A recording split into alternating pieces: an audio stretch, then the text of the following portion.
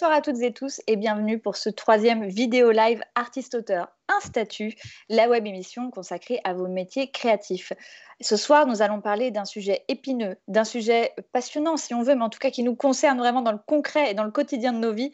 Vous allez tout savoir sur les réformes qui concernent les artistes-auteurs. Et pour ce vidéo live consacré aux réformes, nous avons ce soir plusieurs invités. La première, c'est Catherine Winot, Catherine du CAP. Bonsoir Catherine. Bonsoir. Florence Inquel, Florence, autrice, bonsoir. Bonsoir. Et Stéphanie Lecam, directrice de la Ligue. Bonsoir Stéphanie. Bonsoir. Alors, on se retrouve tout ensemble ce soir. C'est très féminin d'ailleurs ce soir. Je ne sais pas si vous avez remarqué, mais là, on est vraiment sur du girl power ce soir pour parler de ces réformes qui sont parfois pour nous de vagues textes de loi ou décrets et qui pourtant en fait ont une incidence très concrète sur nos vies. Et j'ai envie de démarrer ce vidéo live par le quotidien en te demandant à toi, Florence, en tant qu'autrice, dans ta vie de tous les jours, comment tu vis la succession de réformes qui s'abat, on va dire, depuis 2018 ? Alors, donc, moi, je suis à la base quelqu'un d'assez positif et optimiste et j'avais envie d'accueillir tout ça avec joie. Et parce qu'il y a quand même des bonnes choses. Bon, je ne suis peut-être pas l'autrice type parce que je suis quelqu'un qui m'informe beaucoup, donc je savais un petit peu de quoi il s'agissait. Et je trouvais ça pas mal, par exemple, l'idée de la contemporanéité, qu'on paye des cotisations et des impôts l'année où on gagne ses sous. Je trouve ça chouette quand même, c'est plus simple, il me semble. J'accueillais aussi le fait qu'on ait affaire à l'URSSAF de façon très, très enthousiaste aussi, vu tous les problèmes qu'on avait eu avant avec la GESAF. Je dis, ouais, super, on va se débarrasser de la GESAF. Et en fait, j'ai très, très, très vite déchanté parce que ça s'est révélé d'une complexité incroyable, cataclysmique même. Ça a été une mise en place très, très chaotique. On ne comprenait plus rien. Pourtant, je suis quelqu'un qui essaie de comprendre, etc. Et donc, c'était vraiment impossible de se retrouver dans tout ça. Et puis, j'espérais aussi qu'il y aurait, qu'on en profiterait pour améliorer beaucoup, beaucoup de choses qui ne vont pas. Alors, bon, j'ai commencé vraiment à comprendre que ça ne se ferait pas quand j'ai eu affaire à la CPAM, parce qu'il y a eu la crise Covid qui a quand même déboulé au milieu de tout ça. Et que j'ai dû garder mon enfant de moins de 16 ans pendant le confinement. Et voilà, donc ça a été la croix et la bannière, comme tu sais, Sam, hein, voilà, pour obtenir mes indemnités. Toujours pas mes indemnités, il a 2 mois. Il a 2 mois. T'imagines, voilà, c'est hallucinant, c'est hallucinant. J'espère qu'au 7e ou 8e live, je pourrais vous annoncer une bonne nouvelle quand même. Non, je pense qu'il faudra attendre sa majorité, ça m'a été vachement optimiste. Donc voilà, j'espérais qu'ils en profiteraient pour qu'il y ait une meilleure communication entre tous ces organismes quand même, CPAM, AGSA, URSSAF, voilà, impôts, etc. Les impôts, ils ont quand même, l'aspect positif de la crise, c'est que grâce au fonds de solidarité, ils ont compris qu'on pouvait mettre une petite case artiste-auteur. Et alors, oui, je fais une petite parenthèse, mais ça, c'est quand même, dans les nouvelles positives, on a appris qu'il y avait 38 millions qui avaient été reversés aux artistes-auteurs par le fonds de solidarité depuis, a priori, juillet, c'est-à-dire depuis qu'ils peuvent remonter une information fixée, voilà, par rapport à une population qu'ils ont réussi à circonscrire grâce à cette case que nous avons demandé pendant des mois. Donc, le fonds de solidarité, c'est vrai que ça a été compliqué parce que ça a mis en exergue qu'on n'était pas identifié. Mais là, pour ceux qui arrivent à l'avoir, 38 millions, c'est quand même autre chose qu'1 million par-ci et par-là qui ont été reversés. Hein. C'est clair, c'est clair. Donc voilà, donc... Oui, pardon, vas-y Catherine. Non, c'est juste par rapport à ça, pour l'instant, ils ne sont capables que de donner un montant en argent et pas un nombre d'artistes. Ce n'est pas aussi fin que ça et pas un nombre d'artistes-auteurs qui en ont bénéficié. Eh oui, alors qu'on pourrait. Hein. Parce que nous ne sommes pas encore assez identifiés pour ça. On est un peu identifiés, il y a une case, mais pas encore totalement. Un peu plus, ça vient. On avance, voilà.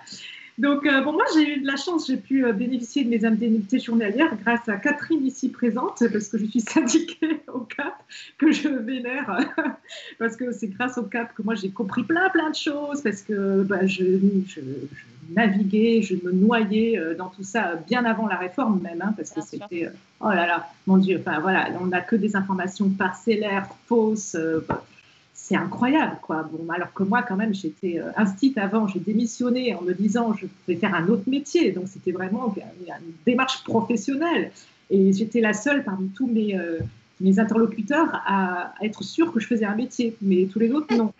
Donc, en fait, je vis dans la 4e dimension depuis 10 ans. Voilà, depuis 10 ans que je ne fais que ce métier-là.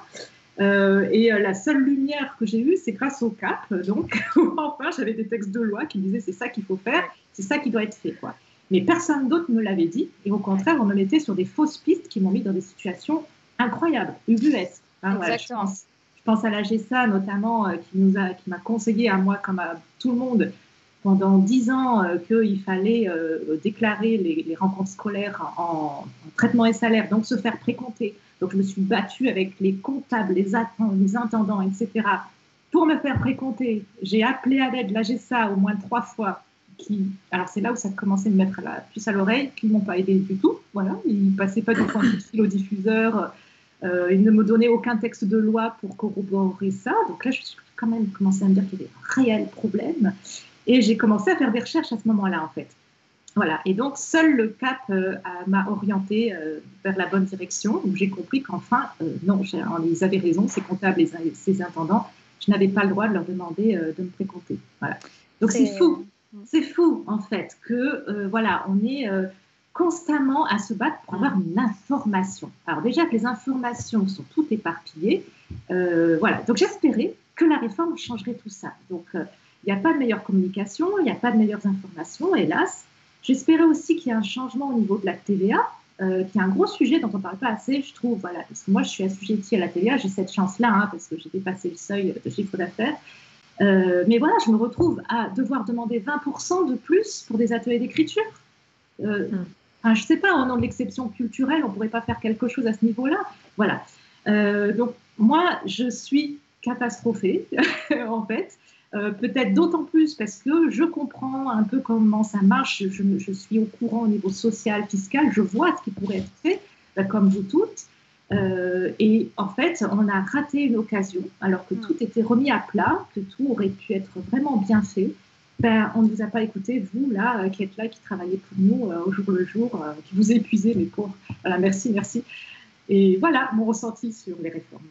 Et tu fais une parfaite transition pour passer la parole à Catherine. Catherine, peux-tu déjà en 2 mots nous présenter le CAP, parce que je voulais dire en introduction que j'étais ravie que tu sois là ce soir.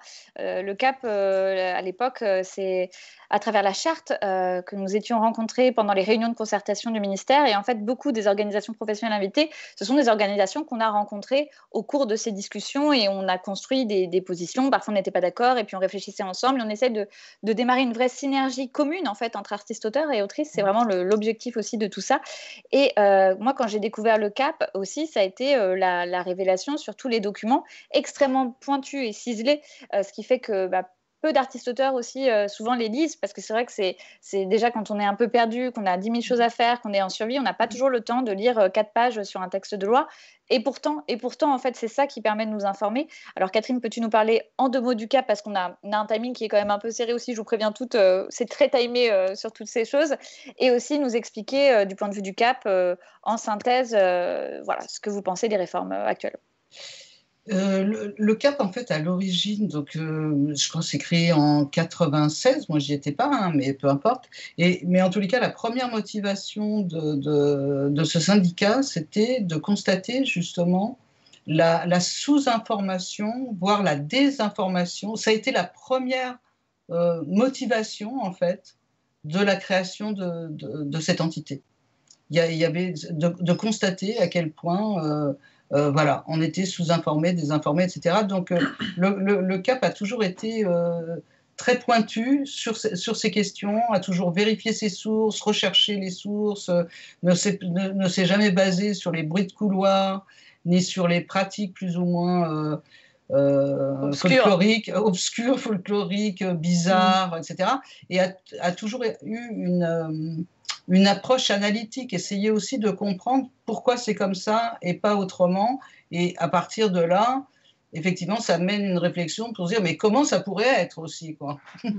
Donc à chaque fois, sur chaque rapport qu'on pu être fait, on a toujours analysé point par point, fait des contre-propositions, soutenu certaines propositions, etc. On a toujours été. Quelle était ta deuxième question, sinon? Après, en synthèse, mais justement par rapport à tout ça, tu fais partie des personnes qui suivent ces dossiers depuis très longtemps. Et c'est aussi important pour nous que le CAP soit présent pour parler de cette histoire. Il y a une vidéo de toi au Parlement, en fait, voilà, c'est le premier syndicat qui dit qu'il y a quelque chose, qu'il y a une défaillance au niveau de la GSA, qu'il y a un recouvrement qui n'est pas fait au niveau des cotisations. Et personne n'a entendu. C'est-à-dire que quand même, ça, je crois que ça remonte à 2012. Enfin, je veux dire, c'était il y a presque 10 ans. Personne n'a écouté. Et c'est, je trouve, assez sidérant quand on y réfléchit que le CAP ait été un syndicat très seul à finalement dire des choses qui après ont été tout à fait confirmées dans des rapports d'expertise, hein, mais qu'il y a eu cette solitude de ce syndicat. Et aujourd'hui, bon, les choses ont pas mal évolué. Après tous ces rapports que le CAP a pu voir, après toutes ces réformes sur lesquelles vous avez toujours participé, fait des contributions, etc., que penses-tu vraiment là de ce qui est en train de se jouer maintenant du point de vue du régime social et du statut des artistes-auteurs? Moi, je pense que, bon, du point de vue du positionnement, le CAP est pauvre, mais totalement indépendant et libre de sa parole. Donc, malgré toutes les pressions que j'ai pu avoir, parce qu'il y en avait, et parce que je n'étais pas la seule à savoir que la GSA ne respectait pas la loi, et à tous les niveaux, d'accord? Donc, voilà, notre parole a toujours été libre, et en fait, on tient lieu de ce point de vue-là de lanceur d'alerte. Personne ne peut nous empêcher de parler. Après, est-ce qu'on est entendu? Je veux dire, c'est vrai que devant le Parlement, on a dit ça, j'ai dit ça, ça a fait un blanc. Quand on dit, bah oui, on a quand même un petit souci, il y a 2 organismes sociaux qui sont agréés, il y en a un qui ne respecte pas le code de la sécurité sociale, donc il faudrait quand même peut-être résoudre ce souci.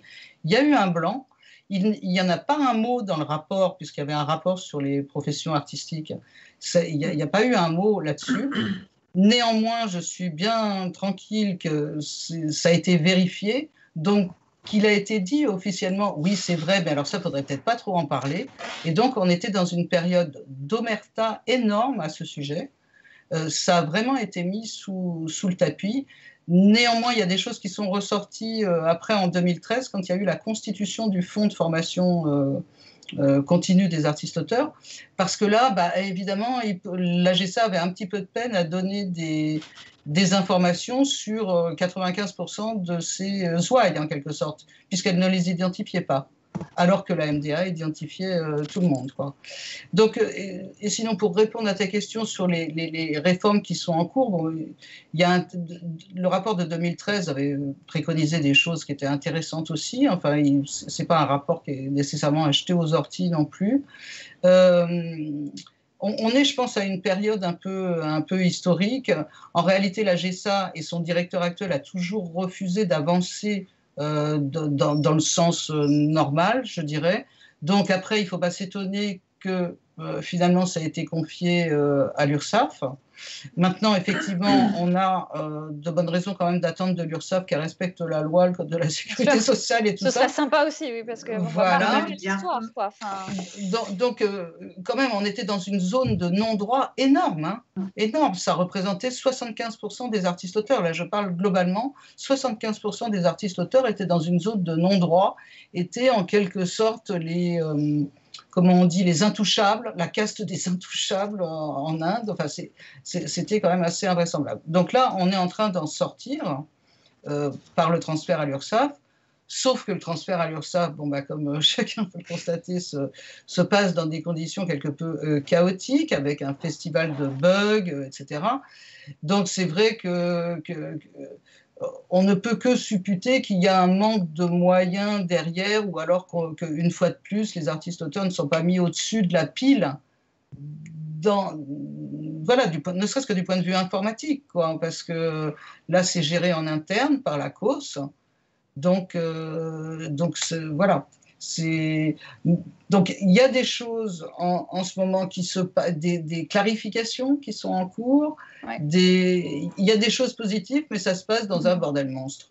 Je crois que c'était un bon résumé. Et pour apporter un peu de lumière à ce chaos, eh bien, quoi de mieux que de demander à une illustratrice elle-même. Nous allons faire un focus dans ce live sur une des réformes, en tout cas un des changements légaux majeurs pour notre profession ces derniers mois. C'est le décret d'août 2020. Et pour ça, c'est parti pour Dessine-moi un statut. Générique, Émilie.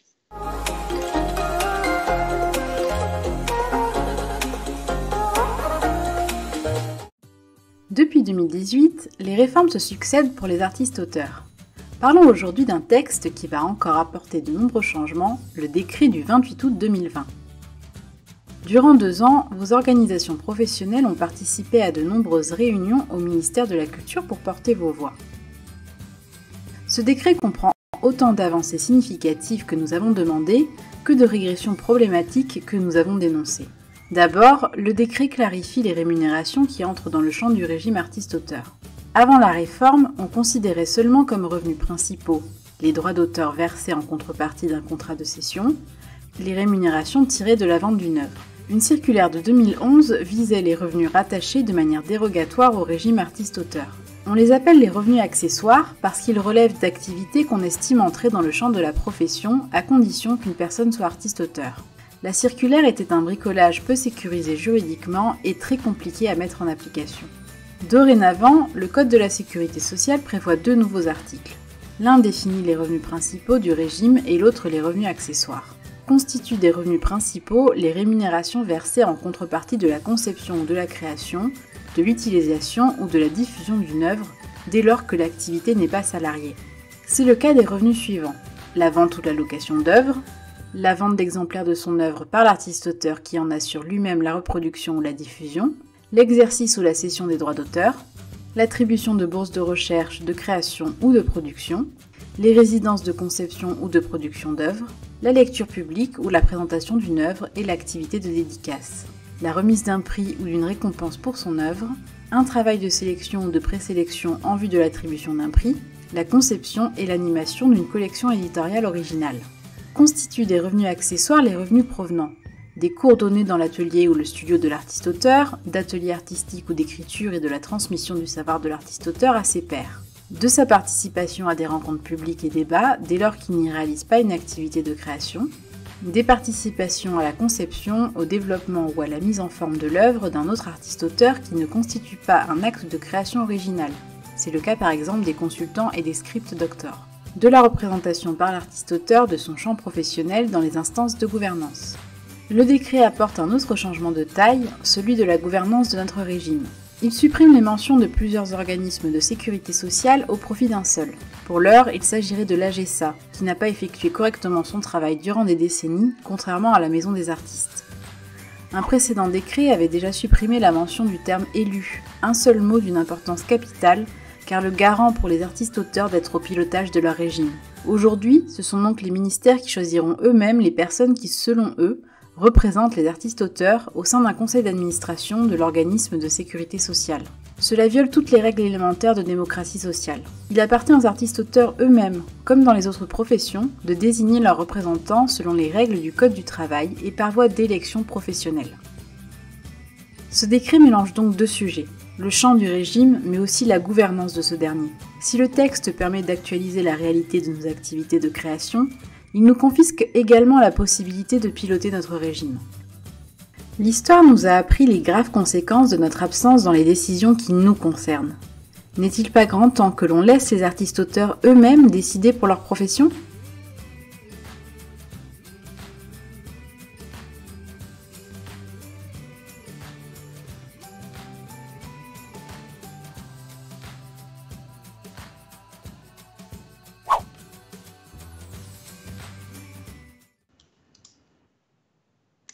Merci à Mia pour cette vidéo très instructive sur ce décret que je sais beaucoup d'entre vous ont passé du temps à décrypter pour essayer de comprendre exactement comment ça fonctionnait. Alors, on va démarrer par une petite question d'ailleurs qui nous est posée. Alors, je suis illustratrice. Pourrais-je déclarer en revenu artistique les revenus issus de la vente de cartes affiches avec mes illustrations que je ferai imprimer en direct avec un imprimeur, la vente de tirages d'art numérotés et signés, l'animation d'ateliers artistiques? Alors, première petite question. Bon, Catherine, je sens que tu vas te régaler de cette petite question et puis après, on va faire circuler la parole, mais ça, c'est pour toi, non? Oui. Alors là, il y a plusieurs volets parce que le premier aspect, c'est sur la vente d'exemplaires de son œuvre, en fait, qu'on fait imprimer. Donc, on est sur l'auto-édition. Et donc là, on est dans une novation du décret qui va enfin nous permettre, effectivement, de vendre le produit de nos auto-éditions du moment qu'on est auteur ou autrice. C'était pas gagné au départ, hein? Non, ça fait... Ça fait plusieurs années qu'on se bat là-dessus, mais ce qui nous a aidés, c'est pour le coup le Code général des impôts, parce que le Code général des impôts, lui, discerne entre l'éditeur et l'auto-éditeur. Et en fait, l'un déclare en bénéfices industriels et commerciaux, l'éditeur, alors que quand c'est de l'auto-édition, c'est du BNC. Donc le premier argument que le CAP a donné à ce sujet, c'est de dire, regardez, le Code général des impôts est moins idiot que le Code de la sécurité sociale. Voilà. Parfait. Alors, merci pour cette réponse. On a vu tout ce qui est indiqué sur ce décret. Et ce qu'on comprend, c'est qu'on est dans une période de mutation aussi qui est très forte. Alors, ce décret, comme on l'a dit, il a des points positifs, des points négatifs. C'est quand même une véritable avancée du point de vue du champ du régime, c'est-à-dire des revenus enfin vraiment qui ont un cadre légal beaucoup plus sécurisé, parce que cette circulaire de 2011, on s'y est beaucoup intéressé pour celles et ceux qui faisaient des ateliers, des interventions, etc., pour essayer de comprendre comment on faisait pour faire rentrer ça dans notre régime d'une certaine façon. Stéphanie, toi, tu étudies le régime des artistes-auteurs depuis très longtemps. Ça fait bien 10 ans que tu es spécialisée sur ce sujet. Est-ce que tu peux nous faire un petit historique rapide pour qu'on comprenne aussi les enjeux par rapport à ce décret ?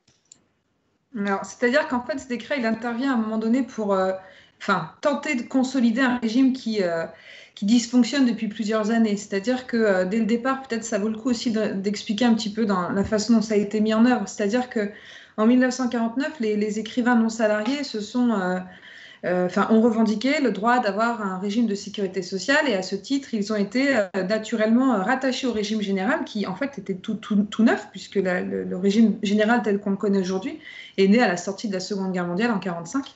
Et donc, très naturellement, on a rattaché les écrivains à ce régime général. Et puis, plusieurs années après, Catherine sera là et elle me dira si je dis peut-être des raccourcis un peu discutables, mais il me semble que c'est en 1964 que les artistes plasticiens ont obtenu de leur côté en fait un régime autonome de sécurité sociale, qui était géré d'ailleurs par la Maison des artistes, déjà dès 1964, qui a été créé d'ailleurs, me semble-t-il, à cet effet. Et puis, naturellement, par effet d'ondulation, les autres artistes-auteurs, alors tels qu'on les connaît aujourd'hui, c'est encore un peu différent, mais ont revendiqué aussi ce rattachement à un régime de protection sociale. Et en 1975, la loi du 31 décembre 1975 a instauré ce régime artiste-auteur en le donnant à gérer à deux associations. D'un côté, la Maison des artistes, qui conserve en quelque sorte cette branche entre guillemets des artistes des arts graphiques et plastiques, et puis en consacrant 4 autres branches gérées par l'AGESA. Voilà pour la petite histoire. Alors, on en a déjà parlé en introduction, mais c'est vrai que les dysfonctionnements ont été à plusieurs reprises mis à l'index par différents rapports. Sans doute d'ailleurs que l'intervention de Catherine au Parlement a peut-être aussi suscité des réflexions, parce qu'en réalité, ça fait depuis 15 ans qu'on parle réellement de ces dysfonctionnements. Il y a un premier rapport en 2005 qui a été rendu public justement sur des dysfonctionnements qui existaient au sein du régime, puis un second en 2013. Et c'est finalement depuis 2013 qu'on est véritablement à la recherche d'une consolidation de ce régime social. Et il y a une première vague de réformes en 2018 qui est intervenue, avec plusieurs conséquences, on pourra peut-être y revenir par la suite. Et puis, en fait, finalement, ce décret de 2020, c'est un peu cette seconde vague de réformes qui était attendue pour finir de consolider un régime qui, en réalité, n'a pas fini d'être consolidé. Donc, ce qui serait bien, c'est d'envisager maintenant une troisième réforme.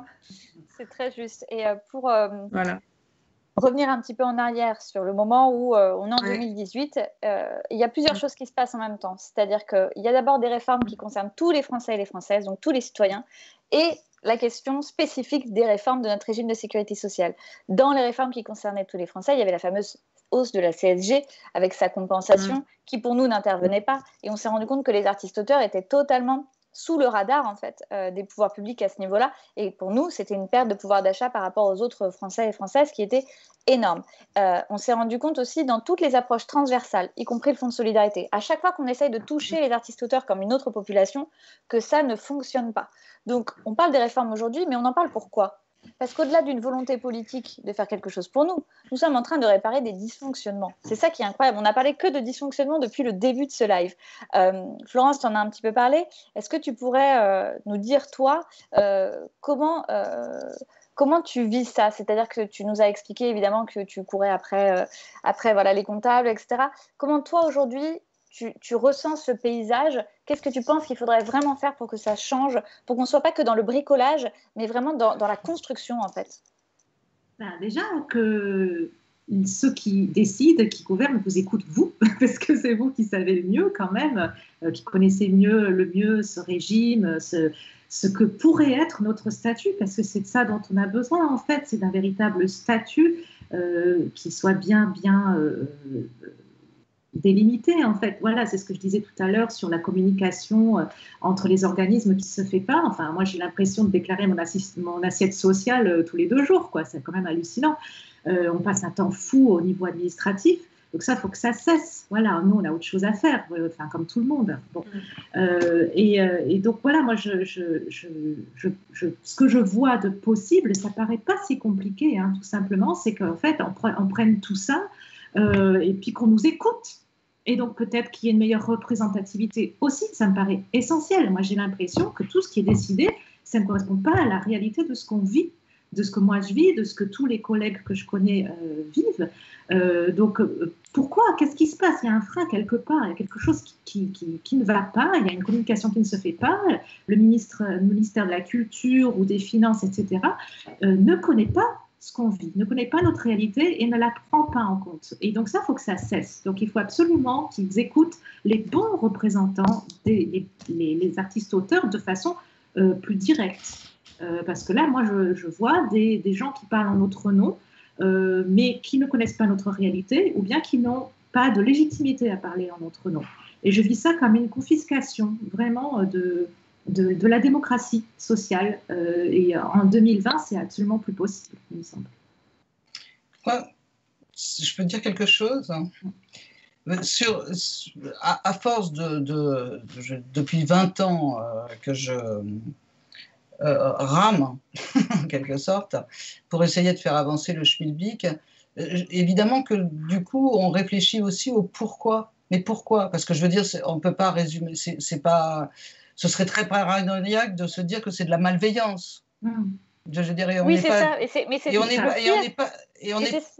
Le pire, c'est que je crois que certains artistes-auteurs, maintenant, sont convaincus que c'est carrément de l'ordre de la persécution, quoi, ouais. Alors qu'en fait, ce n'est pas de la malveillance, c'est vraiment autre chose. Oui, c'est ça. Et donc, à force de chercher la cause de tout ça, moi, j'en suis arrivée à la conclusion que c'était quand même extraordinaire que depuis la création du ministère de la Culture, donc il y a plus de 60 ans en fait, ce ministère, et par voie qui est notre ministère de tutelle, hein, et par voie de conséquence, le gouvernement, le Parlement, etc., n'ait jamais discerné notre secteur d'activité, qui est la création d'œuvres originales. Donc en réalité, c'est impossible de gérer correctement une population que vous n'avez pas discernée.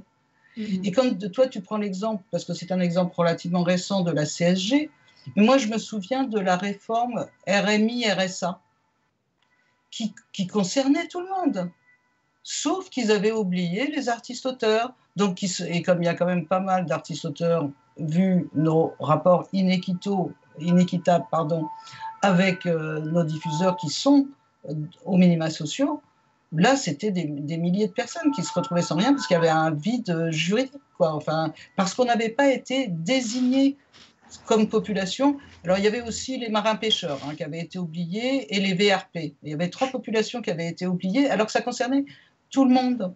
Donc je pense que la cause première de tous les problèmes que nous avons, c'est l'absence d'identification de notre secteur économique. Parce qu'on parle beaucoup d'économie, voilà, c'est un secteur économique, c'est un secteur d'activité économique. Nous créons des œuvres.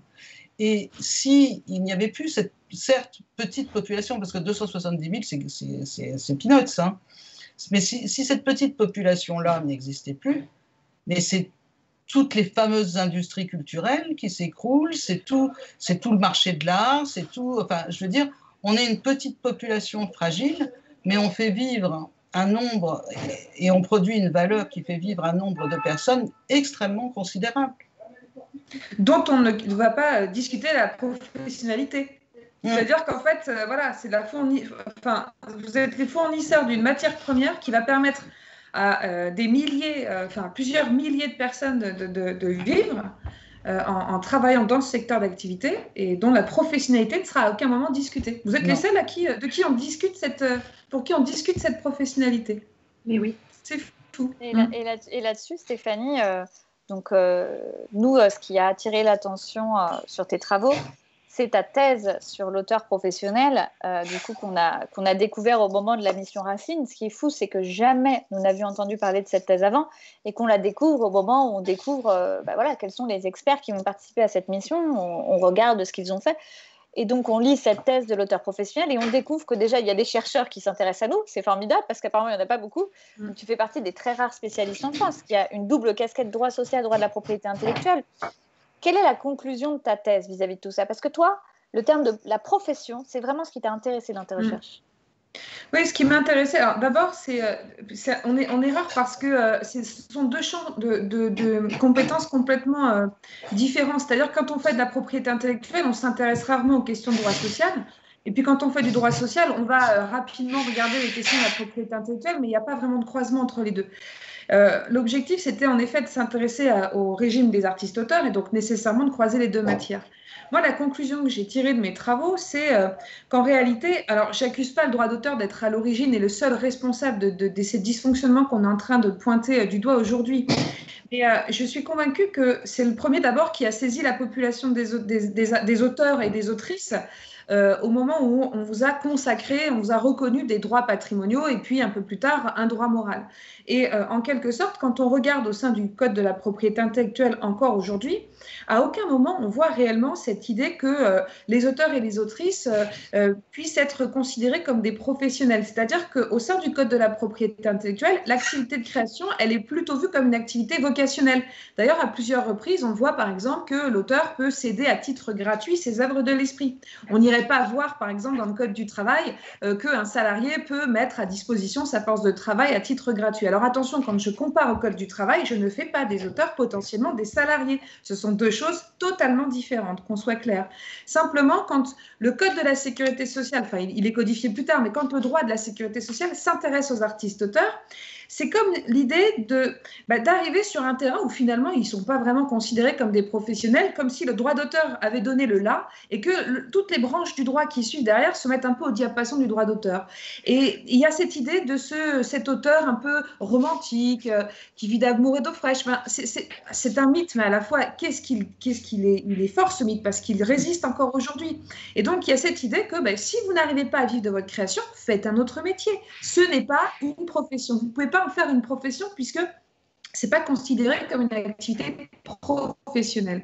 Et la conclusion que moi j'en ai tirée à la toute fin de ma thèse, c'est qu'à partir du moment où on a une véritable communauté d'auteurs et d'autrices qui en vivent, qui cotisent comme des professionnels, il faut aller au bout du processus et les considérer comme des professionnels. Ça veut dire, en plus du régime social, leur reconnaître un statut professionnel pour renforcer leur protection dans la gestion de leurs relations individuelles avec vos contractants, mais vous reconnaître également, je le redis souvent, des droits collectifs, un droit à la représentation, un droit à la négociation collective. On vous fait cotiser comme des professionnels, allons jusqu'au bout du processus en fait. Voilà, il faut reconnaître toute l'armée de droits qui va avec ce statut. Voilà. Merci beaucoup Stéphanie et on est ravis que tu aies rejoint ta Ligue des auteurs professionnels en tant que directrice. C'est formidable de travailler avec toi au quotidien et d'avoir ce degré d'expertise parce qu'on l'a vu dans le premier live avec du coup Pierre Nocerino, sociologue. Le droit est la clé, c'est-à-dire il faut que nous-mêmes, artistes, auteurs et autrices, nous nous emparions de nos droits et que nous comprenions ces droits pour pouvoir agir et ne plus être seulement dans une forme de passivité à subir en fait les choses au fur et à mesure, ce qui est assez dramatique. Florence, merci énormément d'avoir été avec nous pour ton témoignage édifiant. Pour ceux qui ne connaissent pas ton blog d'ailleurs, je sais que beaucoup, en particulier d'auteurs et d'autrices de la Charte des auteurs illustrateurs jeunesse, le prennent comme référence très souvent. C'est une boîte à outils très intéressante et c'est super aussi de voir qu'entre collègues on s'entraide et qu'on se crée des outils, qu'on se repasse, etc. pour comprendre, même si normalement, ce que tu fais, Florence, est censé être le job de la sécurité sociale, a priori, des artistes-auteurs.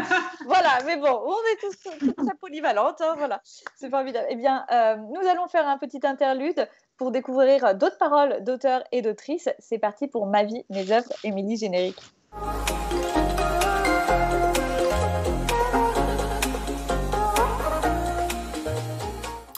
Bonjour, je suis Nicolas Digard, je suis à la fois scénariste et écrivain.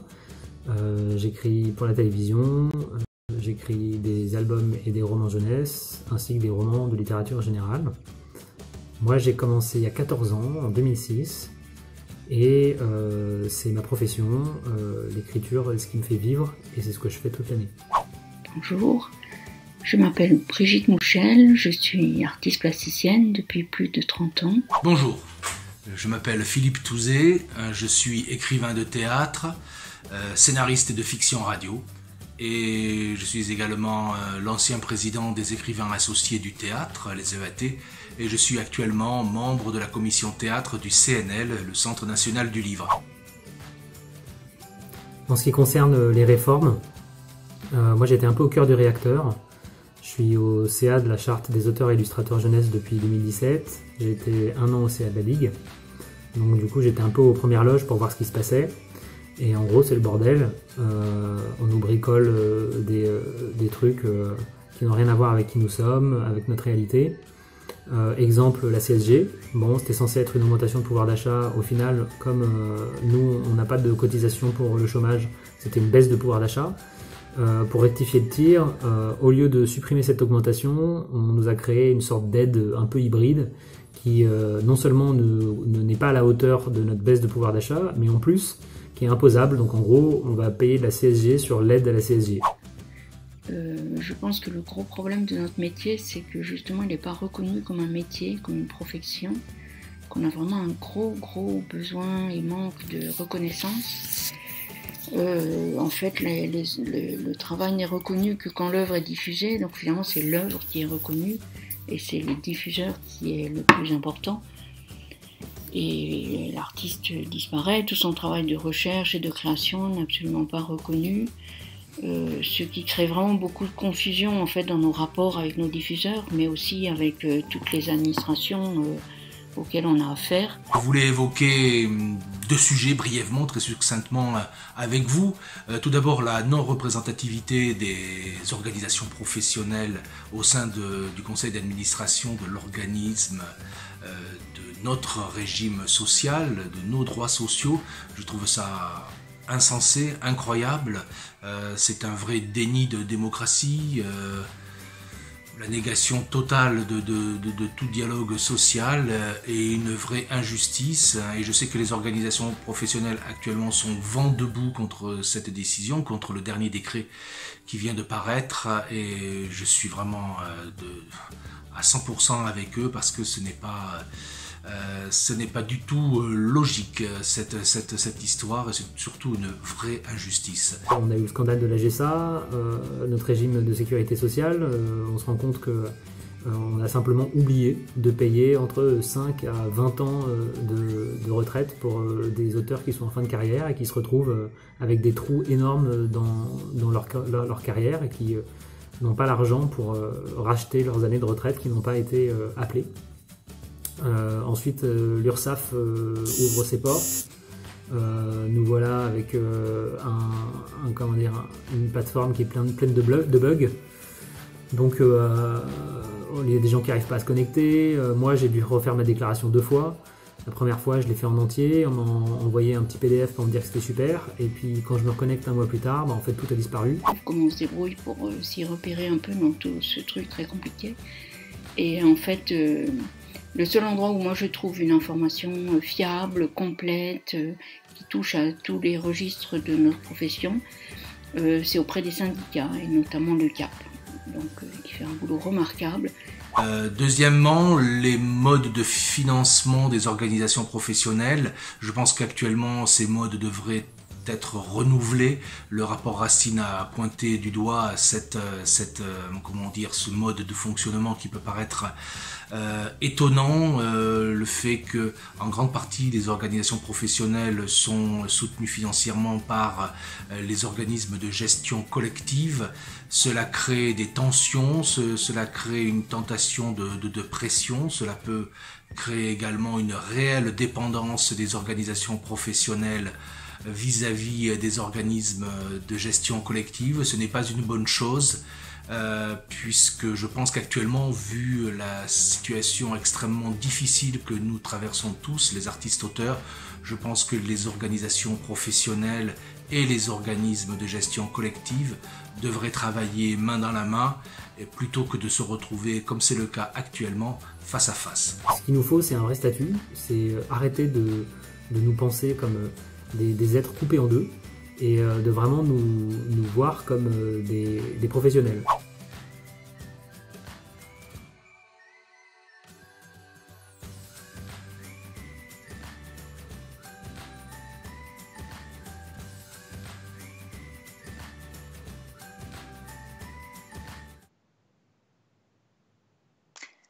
C'était Ma vie, mes œuvres, et des témoignages édifiants d'artistes, auteurs et autrices qui essayent, tant bien que mal, de naviguer dans toutes ces réformes et de comprendre ces changements. Et ce qu'on voit très rapidement, c'est qu'il nous manque réellement une source d'information fiable, centralisée, qui nous permettrait d'y voir clair. Alors, avec ces vidéos live, on essaie de vous éclairer au maximum et de sensibiliser aussi toutes les personnes à ces sujets qui peuvent paraître assez complexes de premier abord, mais qui sont quand même très importants. Qui que vous soyez, si vous avez envie de vous lancer dans une activité de création, vous serez forcément confronté à ces questions administratives un peu arides, mais qu'on essaye de rendre plus joyeuses, comme vous pouvez le voir comme on peut. Denis Bajram nous a rejoint. Denis, qui est dessinateur. Bonsoir, Denis. Bonjour, bonsoir, oui, pardon. Bonsoir, bonjour, on ne sait plus. Bon, Denis, beaucoup te connaissent, on ne va pas se mentir, mais on est vraiment ravis de t'avoir dans ce live pour discuter de tous ces sujets des réformes, puisque tu as été aux premières loges pendant longtemps. Est-ce que tu peux nous récapituler un peu ton parcours syndical et puis nous dire un peu ce que tu penses de tout ça, tout ça étant large? J'étais déjà syndicaliste étudiant quand je faisais des études d'art. Apparemment, c'est un mauvais virus que j'ai attrapé très jeune. Dans la BD, on s'est, parce que moi c'est ce secteur-là qui m'a amené à la Ligue. Dans la BD, on s'est vraiment commencé à réfléchir à tout ça à partir du début des années 2000, justement autour du problème de l'information, encore une fois. Donc c'est ce qui est devenu la maison des auteurs de bande dessinée, qui était vraiment un lieu d'échange en fait, parce qu'on n'y comprenait rien. Moi à l'époque, je comprenais rien à ce précompte GSA. Je croyais que je payais mes cotisations, tout ça, enfin comme tout le monde en fait, perdu. On a créé après la section du snack BD. En 2010, je pense, je ne sais plus précisément, pour là répondre à une vraie demande syndicale. C'est-à-dire que on avait compris qu'on était en train de se faire marcher sur les pieds. À l'époque, plutôt du côté éditorial, je pense, que du côté de l'État. Moi, je n'ai pas conscience à l'époque d'avoir réalisé à quel point notre statut était un bricolage insensé, quoi. Et la vraie prise de conscience de ça, c'est en 2014, je pense, quand on nous annonce les 8% du rap, où d'un seul coup, on a l'impression que de sortir de nulle part, on vient nous expliquer comment on devrait cotiser, à quelle hauteur, et sans nous demander notre avis, et que quand on le donne, on nous rit au nez. Donc ça a mobilisé les auteurs de BD complètement. Et c'est dans ce cadre-là qu'avec Valérie Mangin, mon épouse, et Benoît Peters, on a créé les États généraux de la bande dessinée, avec l'idée d'un double front. Le premier, c'était de faire des études, parce qu'en fait, on ne savait rien de la population des auteurs de bande dessinée. Et en parallèle, d'avoir une chambre de négociation, de discussion avec tous les acteurs du métier. Alors cette partie-là a échoué, avouons-le, parce qu'une fois qu'on a eu révélé la catastrophe pour les auteurs de bande dessinée, plus personne n'a voulu en parler. D'un seul coup, il aurait été ultra légitime que tout ce métier de la bande dessinée se lève en disant ça ne peut pas continuer. Et au contraire, c'est à ce moment-là à peu près qu'on a compris qu'on n'arriverait à rien.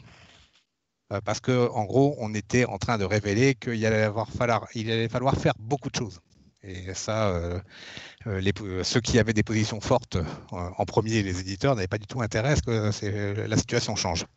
Donc voilà, pour résumer très rapidement l'étude des EGBD, on a en gros découvert que 30% de la population des auteurs était sous le seuil de pauvreté professionnelle, les gens qui se déclaraient comme professionnels, et qu'on avait une population de femmes qui était à 50% sous ce seuil de pauvreté, population de femmes jeunes, puisque la bande dessinée a été trop longtemps masculine, révélant tout à fait ce qu'allait être notre futur pour tout le monde, mecs compris, c'est-à-dire des pauvres avec des pauvres, en train de faire des livres pour des éditeurs qui, eux, ont des groupes qui se consolident année après année. C'est un bon résumé, et c'est par ces biais-là, en tout cas, j'ai le souvenir très net de découvrir la sortie de l'étude des États généraux de la BD quand j'étais autrice et pas du tout intéressée par les questions syndicales. Et je me souviens de voir passer les chiffres et d'avoir eu la sensation pour la première fois qu'une étude disait la réalité de nos métiers. C'est curieux parce que je me disais, mais en fait, personne ne s'est posé des questions. Personne ne se demande combien on gagne, comment on s'en sort. Il y avait les études du ministère, mais c'était des études de ministère. Et dans le cadre des gens qui parlaient en notre nom, on s'est retrouvé avec des études en fait, qui ne posaient pas les bonnes questions. Et les EGBD, comme c'est venu des auteurs, alors on l'a fait avec des sociologues, on a un conseil scientifique qui ferait rêver tous les étudiants en sociologie, mais de fait, comme c'est nous, les auteurs de terrain, qui avons été à la base de ça, notre étude, elle pose des questions de terrain. On en a tiré des données de sociologie, mais de fait, les questions, c'est des questions de terrain, et donc tout auteur qui la lit trouve immédiatement des informations sur ce qui le concerne. Sur la sécurité sociale, par exemple, moi je suis tombé des nues en découvrant à quel point les gens étaient mal informés. On le voyait des choses, par exemple, chez les gens qui se déclaraient comme professionnels, il y en avait un tiers qui ne cotisait pas au RAP, oui, alors que c'est obligatoire. Mais en même temps, c'est obligatoire, mais comme on ne vient pas forcément nous chercher, qu'on n'a pas l'information, comment savoir que quelque chose est obligatoire quand on ne le sait pas? Je veux dire, c'est quand même fou. C'est soit on est précompté totalement de nos cotisations et au moins on est et tout est précompté et reversé pour nous, soit dès le départ de notre profession, on nous explique qu'il faut qu'on cotise quelque part, mais dans les deux cas, c'est quand même hallucinant le degré de désinformation dans lequel on a été, ce qui a des conséquences aujourd'hui socialement désastreuses. Pareil, le recours au droit, on l'avait tout de suite vu, parce qu'on avait 10% des gens seulement qui avaient recouru à des congés maladie, alors qu'on avait des gens qui répondaient, qui avaient 30 ans de carrière. Donc, tout à fait. Oui, et sur les congés parentaux, c'était catastrophique. C'est 80% des auteurs de bande dessinée qui n'avaient jamais de leur carrière pris le moindre congé parental. Stéphanie, sur le décret, je voudrais revenir là-dessus parce que quand le ministère a ouvert les concertations sur revenu principal et accessoires, c'est des groupes auxquels la Ligue, le CAP, la Charte et plein d'autres organisations professionnelles ont participé.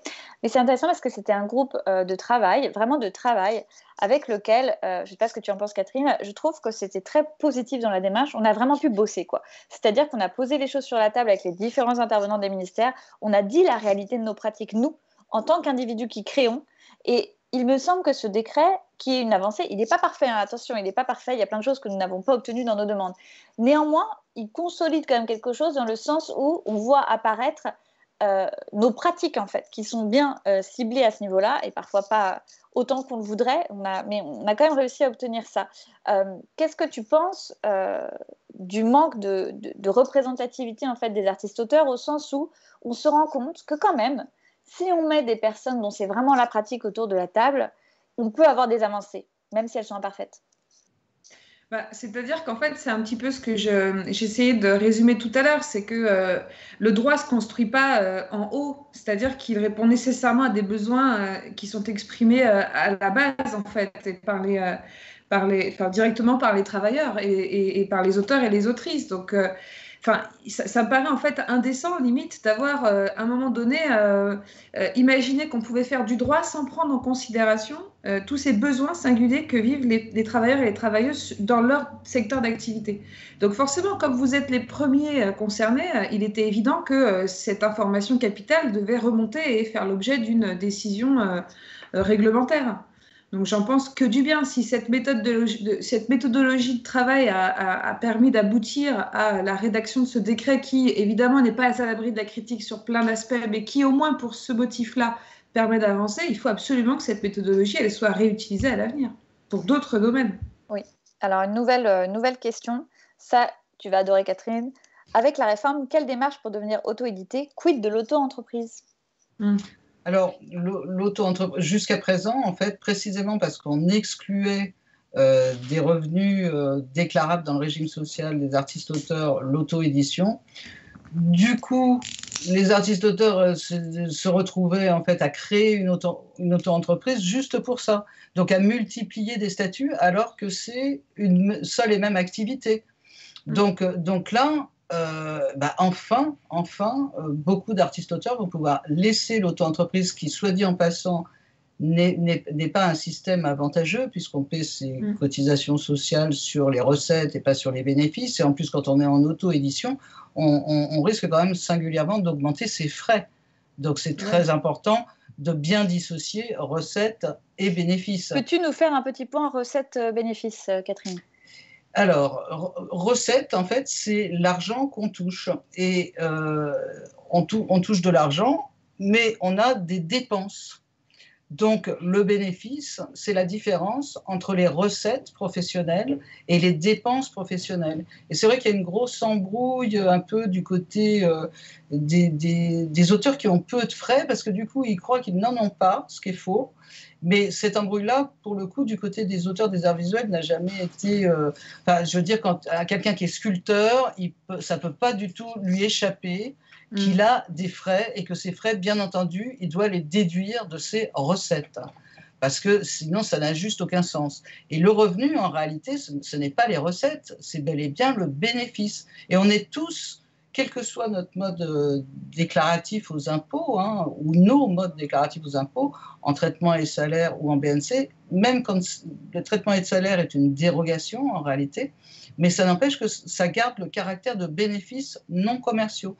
Tout ce qu'on touche, c'est des bénéfices non commerciaux.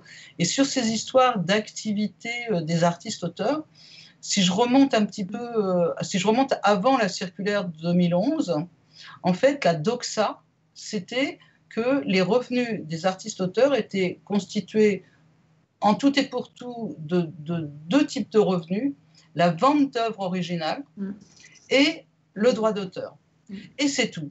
Ce qui fait qu'on était à cette époque dans une situation où quelqu'un qui partait en résidence pendant un an aux États-Unis, les bourses qu'il percevait, il ne pouvait pas les déclarer dans son régime social en tant qu'artiste-auteur. Et il y avait plein de choses comme ça, donc ça faisait un bout de temps, parce que 2011, cette circulaire, ça a été, je ne sais pas, on a passé 3 ans de discussion juste pour arriver à cette circulaire quand même. Donc, et là, ça fait 3 ans aussi qu'on discute des activités codex, etc. Donc, à chaque fois, ça prend quand même un temps infini. Il y a le temps de... Nous, on sait ce qui est nécessaire, mais avant que ça arrive bien en haut, ça prend toujours du temps, quoi. Donc là, en fait, c'est un pas supplémentaire qu'on avait déjà demandé en 2011. Mais bon, alors, on ne l'obtient qu'en 2020. Mais voilà, c'est pas à pas. Le problème, c'est que cette méthode des petits pas sans clarifier la représentativité, on en a encore pour 250 ans avant d'arriver à ce qu'on sait qu'on devrait arriver dès maintenant. Surtout que nos métiers changent très vite. En plus, nos métiers changent très vite. Donc là, au stade où on en est, il nous faut vraiment... un énorme coup d'accélérateur. C'est ça, il faut arrêter le bricolage, quoi. La plaisanterie a assez duré. Enfin, quand je dis la plaisanterie, évidemment, c'est pas drôle du tout quand on découvre, quand on prend sa retraite, qu'on n'en a pas. Donc là, oui, je pense qu'il faut vraiment... il faut reconnaître que la commande du rapport Racine a été aussi un point positif en soi, parce que c'était la première fois qu'était demandé de se pencher sur la question de notre population. Donc c'était déjà un début, en fait, d'identification, enfin même si on n'y est pas, puisqu'on n'a toujours pas d'observatoire, etc., mais quand même une intuition, on va dire, plus qu'une identification, l'intuition qu'effectivement, il y a un secteur économique tout entier sur lequel, en fait, on ne s'est jamais assez interrogé. Et puis le rapport Racine a été transversal, ce qui est quand même très important. C'est ce que je dis, c'est un secteur économique, le secteur de la création, c'est-à-dire l'ensemble des artistes-auteurs et non pas les écrivains d'un côté, les plasticiens de l'autre, les compositeurs, enfin, je veux dire, toute cette gestion éparpillée façon Pulse, là, on en crève, en fait. Bien sûr, c'est évident.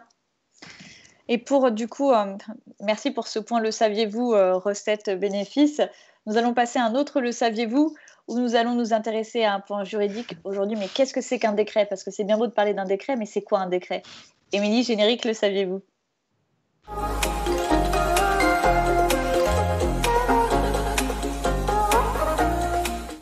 Qu'est-ce qu'un décret?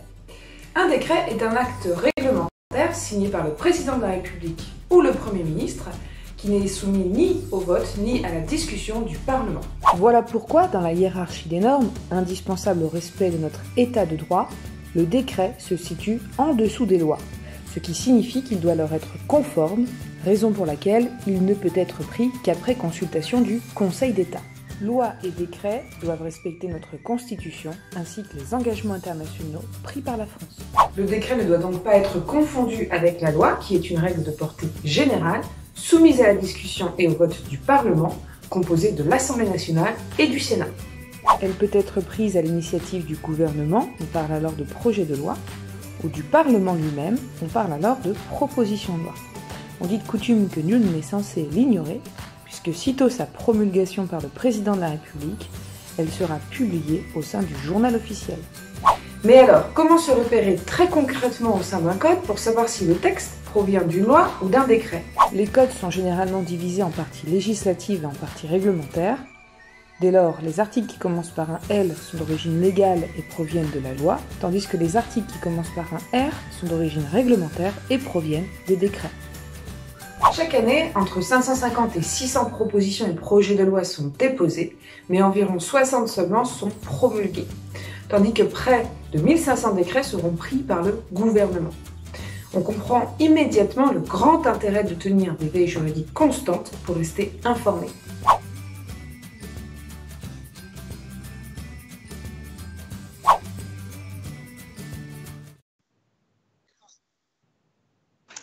Merci, c'était Le Saviez-vous avec Stéphanie Lecam. À chaque live, un petit point juridique pour mieux vous informer. Donc, on a parlé des réformes au sens large, des réformes spécifiques à notre régime, des réformes plus larges qui nous ont touchés. Et puis arrive le moment, la question un peu clé, on se dit, mais enfin, pourquoi à chaque fois ces réformes qui tombent sur nous ne sont pas adaptées ou deviennent une espèce de bricolage incompréhensible? Alors, comme on l'a dit, ce n'est pas une persécution particulière de l'État à l'égard des artistes-auteurs, en tout cas du moins de ce qu'on en sait, c'est plutôt vraiment le constat d'une profession totalement sous les radars et d'un secteur économique, comme l'a dit le CAP, le secteur même de la création qui n'est pas reconnu parce qu'on nous voit très souvent sous le prisme de la diffusion, c'est-à-dire sous le prisme de nos œuvres et de ce que rapportent nos livres, nos peintures, nos films, etc. Mais pas nous en tant qu'individus, en tant qu'êtres humains. Denis, tu as un parcours assez exceptionnel en termes de lutte syndicale, c'est-à-dire que vraiment, tu as traversé plusieurs organisations professionnelles, tu as mené aussi une étude très fine en sociologie. Tu crois qu'on en est où là aujourd'hui quand on voit voilà, dans quel état est la profession? Parce que même s'il y a eu ce rapport Racine n'est pas allé au bout, en tout cas pour l'heure. Nous verrons ce que la nouvelle ministre va faire. Elle nous a envoyé des signaux plutôt positifs ces derniers temps, en tout cas dans la presse. Reste à voir ce qu'il y aura dans le concret. Qu'est-ce que tu penses de tout ça? Voilà. J'ai commencé par un souvenir. Quand on a publié le rapport des EGBD, on avait essayé de faire ça en partenariat avec tout le monde, le ministère suivait. On a vu après au ministère, il y avait une réunion où il y avait tout le banc et l'arrière-banc du ministère et du CNL, et les gens se sont excusés devant nous, il y était Benoît et moi, du fait qu'ils n'avaient pas compris que les auteurs de BD étaient massivement des professionnels. Et là, moi, ce jour-là, j'ai compris où était le problème, fondamentalement. C'est qu'en fait, ils ne savaient pas. Et je me suis tout de suite demandé, mais pourquoi ne savaient-ils pas? On était censé avoir des syndicats, des organisations représentatives, etc. et tout. Pourquoi ils ne les écoutaient pas? Est-ce que ces syndicats transmettaient bien l'information? J'en savais rien. Hein. Et en fait, on voyait que tout bêtement, le plus gros du dysfonctionnement dans leur traitement de la bande dessinée était en fait qu'ils n'avaient aucune idée de ce qu'était un auteur de bande dessinée.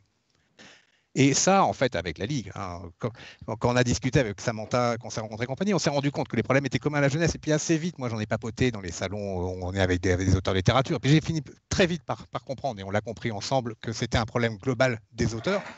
Et puis en discutant avec Catherine, on a réalisé que c'était des problèmes globaux artistes-auteurs. En fait, ce problème-là, il est à tous les étages. On le retrouve partout, en permanence, etc. On a un ensemble de gens qui disent leur avis. Les 3/4 du temps, c'est le cousin qui est artiste, qui raconte sa vie au député, qui va faire remonter ça par la belle-sœur. Enfin, le nombre de fois on nous dit, il y a machin qui a dit que... Mais machin a parlé en son nom. Mais qui parle au nom de tous les auteurs, de tous les artistes? C'est très important, parce que le nombre de fois où on a les cheveux qui se dressent sur la tête quand on parle de nous, et ils sont bien rasés, mais ils se dressent quand même. Et donc ça, c'est des questions, au moment où on a commencé à rédiger nos travaux pour remettre à la mission Racine, très vite, nous, on a identifié voilà, que il y avait un problème de représentativité, de réellement qui parlait, en quel nom, et puis surtout, chacun y va avec ses intérêts. Donc, On n'a pas les mêmes intérêts quand on est un syndicat très proche du terrain et quand on est une société d'auteurs qui a d'énormes sommes à gérer, à collecter, à manipuler. Enfin, c'est pas du tout les mêmes questions. Et les deux doivent être entendus, mais en tout cas, les deux doivent être entendus. Et pas seulement à un moment tel acteur, à un tel moment un autre. Pourquoi, comment. Mais les deux doivent être entendus, mais pas confondus. Et pas au même moment, et pas pour les mêmes choses. Oui, complètement. C'est pas les mêmes territoires. Et là, on se rend bien compte qu'on est dans un nouveau cycle de concertation avec le ministère de la Culture qui a démarré. On a eu un certain nombre de réunions à ce sujet sur la représentativité. Donc, c'est intéressant puisque la question, c'est la représentativité, pourquoi ? Et donc, il y a quand même un peu deux camps qui se dessinent, d'organisations de formes très diverses pour lesquelles la représentativité n'est pas un problème. Et puis, beaucoup d'organisations professionnelles syndicales pour lesquelles ils disent mais il y a un problème. Et là-dessus, moi, je veux revenir sur une anecdote, c'est qu'en effet, 2018, Johannes Farr fait une intervention fracassante sur France Inter.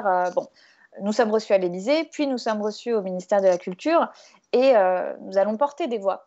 Et le sentiment que nous avons eu à ce moment-là, en tout cas au niveau de la Ligue, c'est que ce n'était vraiment pas de la mauvaise intention en fait, de nos interlocuteurs au niveau du ministère de la Culture, mais que réellement, il y avait une remontée, il y avait quelque chose qui ne passait pas et qui ne se faisait pas en fait. Parce que déjà, c'est ce qu'avait pointé le rapport Racine, mais il n'y a aucun département pour le moment réellement, ça va venir, consacré aux artistes-auteurs, c'est-à-dire pour gérer notre population, pour savoir ce qu'il en est, etc., pour remonter les problèmes. Il y a la CSG, comment on va faire pour eux, etc. Donc il y a vraiment un problème structurel.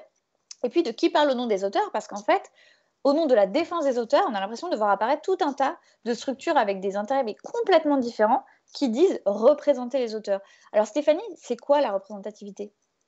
Alors, la représentativité, déjà, ça ne doit pas être confondu avec la représentation. Ce sont deux choses complètement différentes. La représentativité, c'est la légitimité à représenter une personne qui va être évidemment absente au moment où on va parler en son nom et à sa place. On ne peut pas imaginer que les 260 000 artistes-auteurs parlent en même temps à une table de concertation. C'est logique, c'est impossible. C'est la raison pour laquelle il faut organiser à un moment donné il faut questionner en tout cas qui pourra parler au nom de ces 260 000 personnes à la table de négociation. Et c'est pour ça que dans beaucoup de secteurs d'activité, on organise des élections professionnelles, notamment. Mais il y a d'autres possibilités. C'est simplement en fait cette légitimité à parler au nom du groupe. C'est ça la représentativité. Et justement, dans le décret qui est paru du coup en août 2020, il y a des choses qui ont été modifiées. Donc le terme élu avait déjà été modifié auparavant, il avait disparu au profit de nominé. Et donc dans l'état actuel des textes, on veut que ça change, c'est les ministères qui décident en fait de qui, au nom des artistes-auteurs, va siéger dans des instances très diverses. Sécurité sociale, si on regarde même le conseil le conseil supérieur, aidez-moi. De la propriété littéraire et artistique. Tous ces acronymes finissent par nous rendre fous. Si on regarde tous ces organismes dans lesquels il y a des décisions qui doivent être prises pour nous, moi, ce qui m'a frappée dans ma profession, c'est que jamais je ne savais qui parlait au nom de ma profession ou aucune idée, franchement, mais aucune idée. Et je me suis quand même intéressée aux luttes syndicales. Et qu'est-ce qui était défendu comme projet ? Et ce qu'il y a de sidérant, c'est qu'on a l'impression, nous, qu'on est privé du choix d'un projet. Par exemple, aujourd'hui, le contrat de commande est potentiellement une future réforme. Peut-être qu'on réussira à faire reconnaître la valeur de notre travail créatif en amont de la diffusion, c'est-à-dire d'avoir une rémunération en fixe avant qu'il y ait la diffusion de nos œuvres et en finir avec ce système un peu d'amortissement tel qu'on connaît avec la Valois. Et un peu tout le monde donne son avis sur le contrat de commande. Mais finalement, qu'est-ce qu'ils veulent, eux, les artistes-auteurs ? Ces 270 000 personnes, est-ce qu'elles sont pour ou contre ce projet ? On n'en sait rien.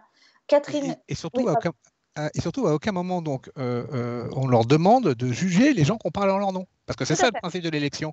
C'est un moment de dire, parce que moi je suis le premier à penser, je dis peut-être plein de bêtises pour les auteurs, mais s'il y a des élections, ils me vireront. Oui, bien sûr.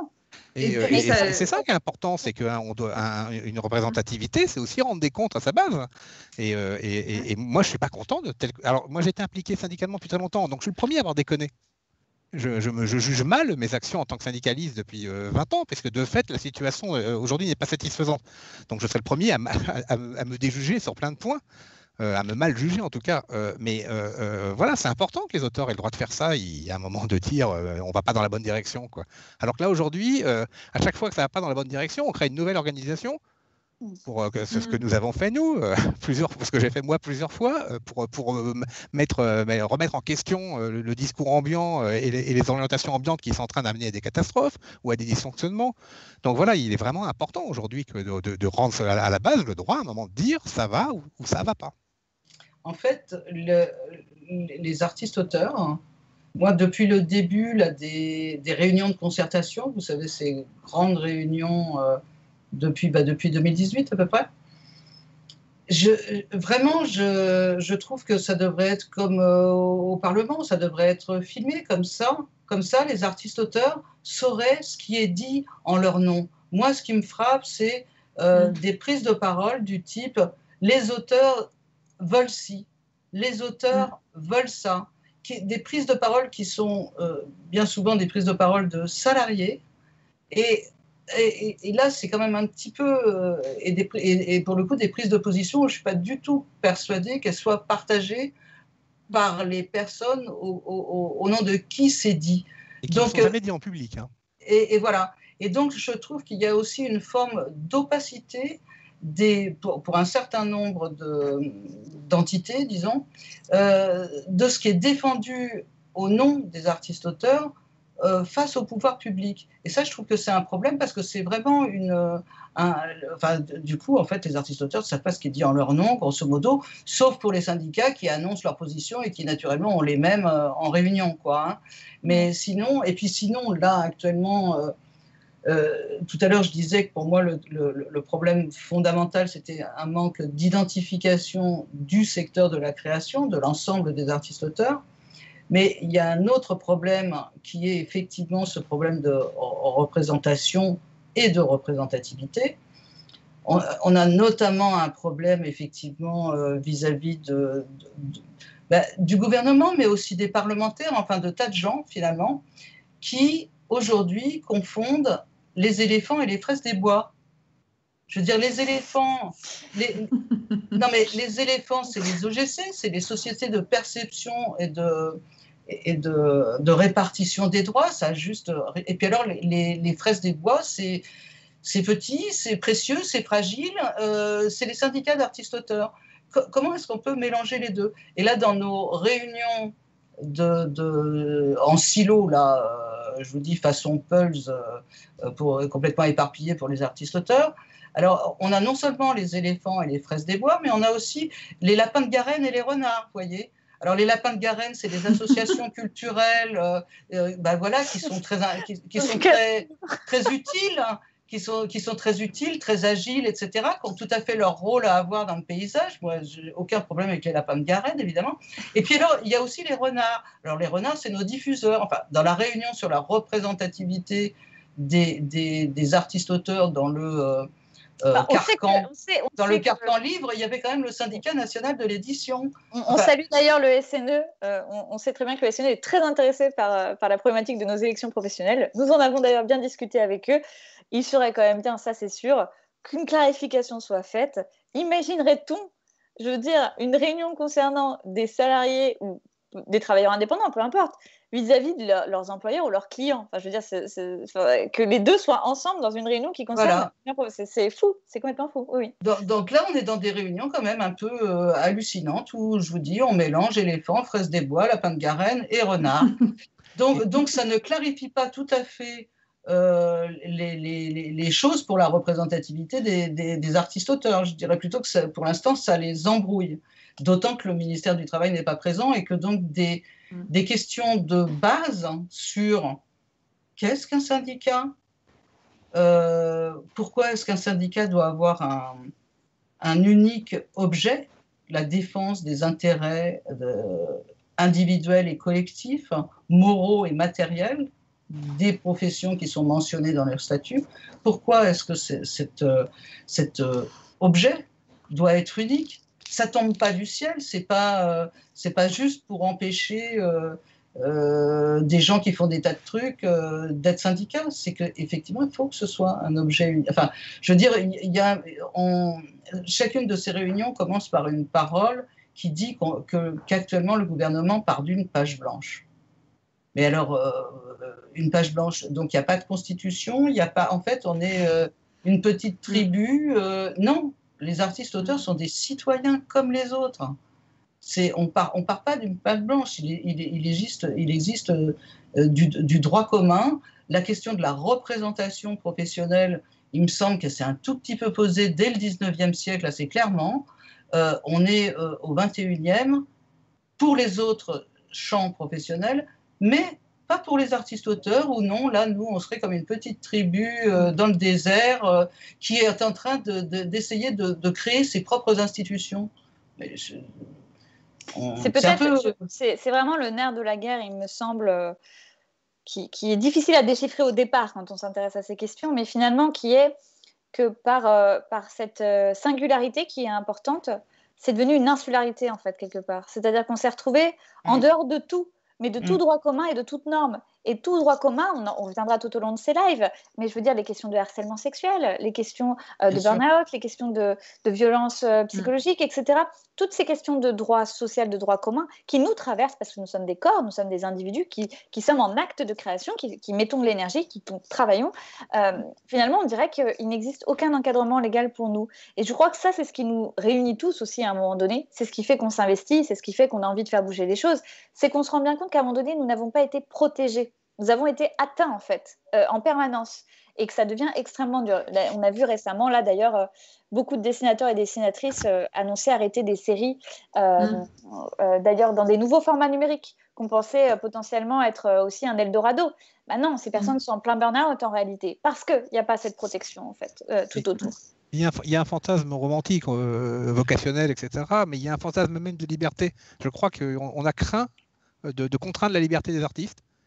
Et on a tenté d'inventer une sorte de république des arts et des lettres merveilleuse dans laquelle il n'y aurait pas des contraintes, on ne parlerait pas d'argent, on ne parlerait pas de social, on ne parlerait pas de ci, on ne parlerait pas de ça. C'est un fantasme complet qui est en train de nous faire beaucoup de mal, en fait. Alors que nous sommes des êtres pragmatiques au quotidien, quoi. Enfin, je veux dire, nos moments poétiques, ils sont pas si nombreux que ça dans les métiers qu'on pratique. Le plus gros, c'est de l'artisanat, de la lenteur, des efforts, des problèmes économiques, des angoisses. Enfin, voilà, quoi. Et en même temps, je veux dire, c'est vrai que c'est important de voir ce qui nous concerne dans le droit commun, mais je pense que c'est important aussi, mais parfois c'est instrumentalisé, de voir ce qui nous est spécifique. Moi, ce qui me frappe, on est des travailleurs, il n'y a aucun doute. On exerce des professions. Enfin, pour ceux qui les exercent, en tous les cas, il n'y a aucun doute. Mais ces professions sont un petit peu particulières. Moi, je connais aucune autre profession, aucun autre travailleur qui peut rapporter plus mort que vivant. Nous, on est ces travailleurs-là. On est ces travailleurs bizarres qui travaillons comme des malades, mais le revenu de ce travail est décalé. Hein. Les droits d'auteur, c'est décalé, etc. Mais les ventes d'œuvres, c'est pareil. Hein. Je sais pas, Van Gogh a vendu un seul tableau dans sa vie. Mais qu'est-ce qu'il a rapporté à d'autres après, depuis qu'il mange les pissenlits par la racine? Donc, ça, c'est quand même... on n'est pas on est des professionnels, mais c'est vrai que ce n'est pas une profession classique au sens où, dans les professions classiques, il y a une connexion directe entre le travail fourni et sa rémunération. Mais ce n'est pas parce qu'il n'y a pas cette connexion directe, et ce n'est pas parce qu'il y a effectivement cet aspect vocationnel, c'est-à-dire que la première motivation pour faire ces métiers n'est pas forcément de devenir riche. Donc, ce n'est pas parce que notre première motivation n'est pas celle-là qu'on doit pour autant aussi mal nous traiter et qu'on doit pour autant que tout le monde doit nous exploiter en permanence. Il y a un abus de faiblesse. En plus, ce sont des métiers qui sont très individuels. On ne travaille pas ensemble, comme je veux dire du côté des intermittents, ou quand on est dans une troupe de théâtre, je veux dire, il y a du travail. Nous, on est quand même assez isolés dans notre pratique artistique, je dirais. Donc, il y a pas mal de facteurs qui font qu'on est isolé, qu'on est maltraité. Et il faut vraiment, effectivement, qu'on sorte de ce que moi j'appelle le syndrome du corbeau et du renard, c'est-à-dire « Oh, que vous me semblez beau !» et paf, on lâche notre fromage. Il faut arrêter ça.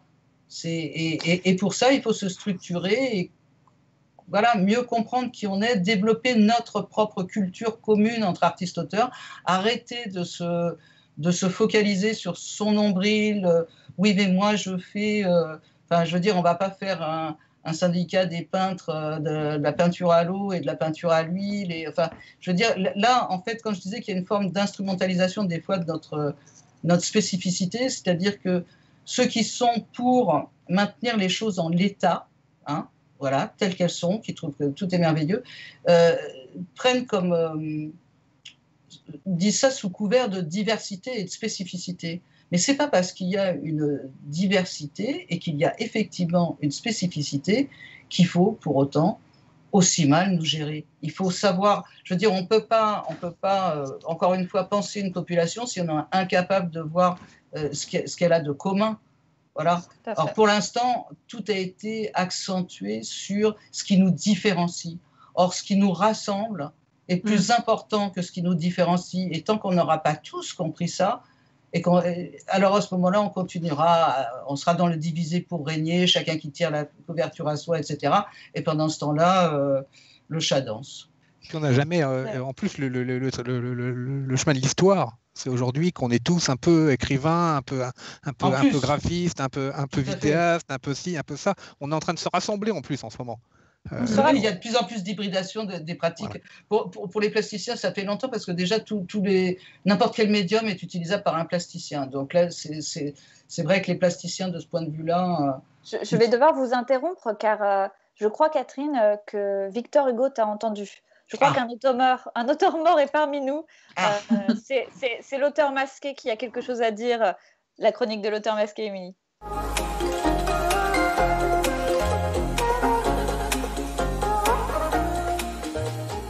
Je ne comprends rien à votre jeu. Ça n'existait pas de mon temps, ces choses-là. Allez, c'est facile, Victor. C'est le culture poursuite. Lance le dé. Question réforme. Fais gaffe, Victor, tu l'as déjà raté 3 fois. Pourquoi ? Suite aux défaillances de la GESA, le recouvrement des cotisations des auteurs a-t-il été confié à un organisme privé, l'URSSAF Limousin, qui est défaillant quand même? Réponse A, parce que ces gens-là n'avaient plus assez de travail. Réponse B, parce que les auteurs aiment les vaches. Réponse C, parce que comme ça, on est sûr de ne pas les voir arriver au guichet. C'est dur. Allez, Victor, tente au pif. Réponse A. Bravo, Victor, tu l'as, à moi. Bleu, pareil que toi, question réforme, allez, pause. Pourquoi les auteurs n'ont pas eu droit à la réforme des impôts par le prélèvement à la source dont les Français sont satisfaits? Réponse A.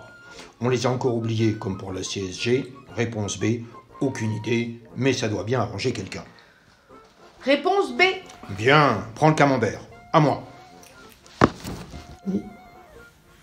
Art et littérature. Ah. Qui a écrit « Ces jours-ci, mon Dieu, un malheureux homme de lettres, car la misère n'épargne pas les professions libérales plus que les professions manuelles. Un malheureux homme est mort de faim à la lettre. » C'est moi. C'est mon discours contre la misère. Ok, nous plombe pas l'ambiance, Victor, on joue là. Allez, prends le camembert et c'est à moi.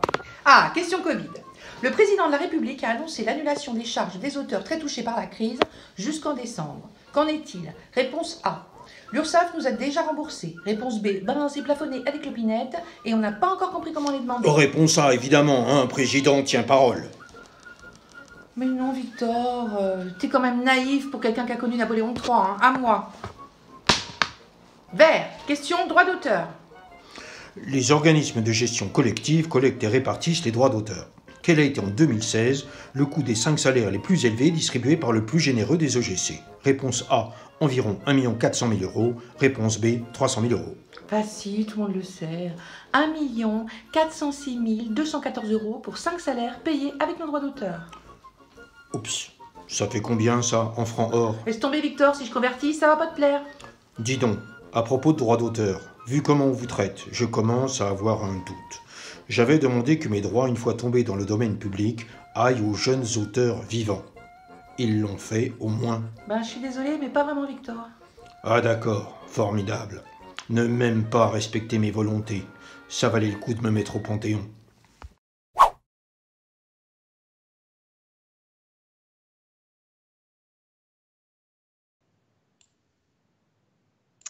Qui est l'auteur masqué? Le mystère reste entier, mais en tout cas, l'auteur masqué semble avoir un gros réseau avec les morts. Victor, merci de ta bienveillance envers nous, quoi qu'il en soit.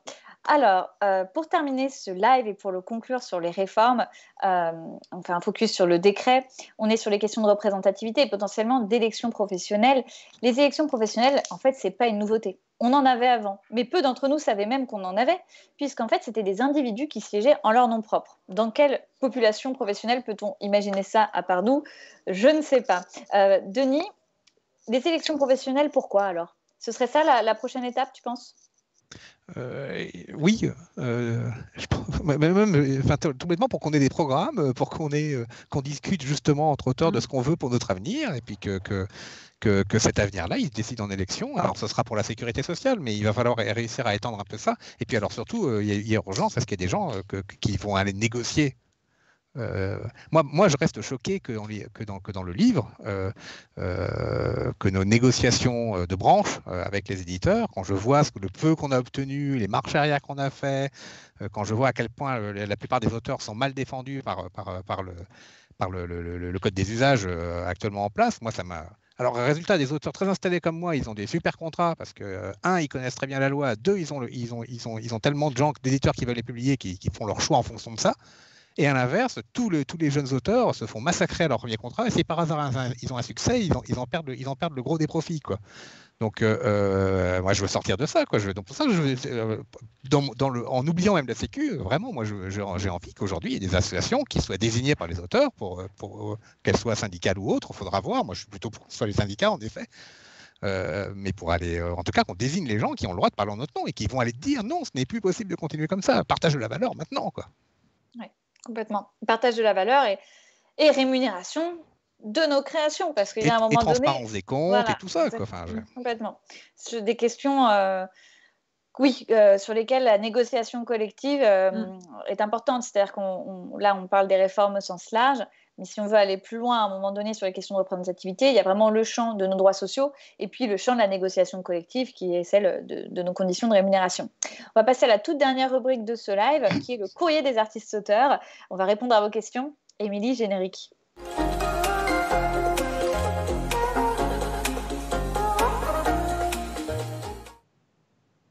Émilie. Alors, donc, les questions.